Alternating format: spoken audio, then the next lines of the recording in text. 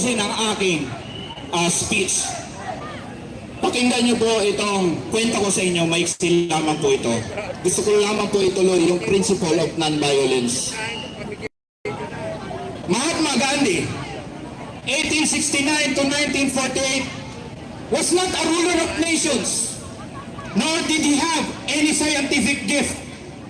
He had no wealth, no home, and did not even own a suit of clothes. Yet, this modest man did what others before him could not. He led his entire country to freedom using the principle of non-violence. He served and sacrificed for this cause until it bore the fruit of independence.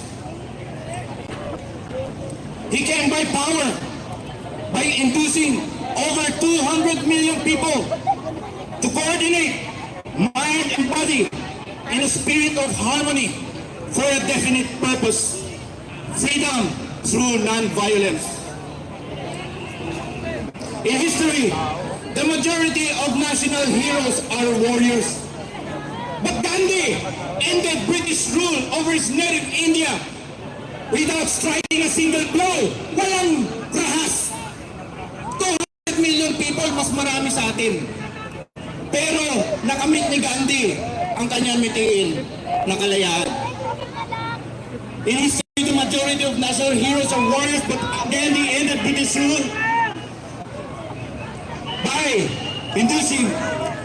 by using the principle of non-violence. In short, Gandhi accomplished a miracle, for it is a miracle when he influenced the minds of millions of people, not by force or coercion, but through unity in the spirit of faith and love, and achieved this astounding feat.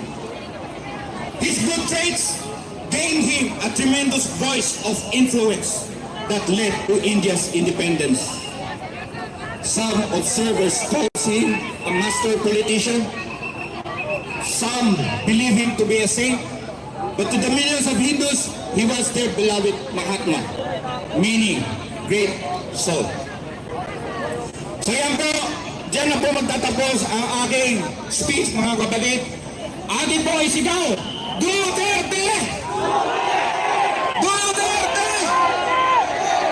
Maraming salamat po. Assalamualaikum.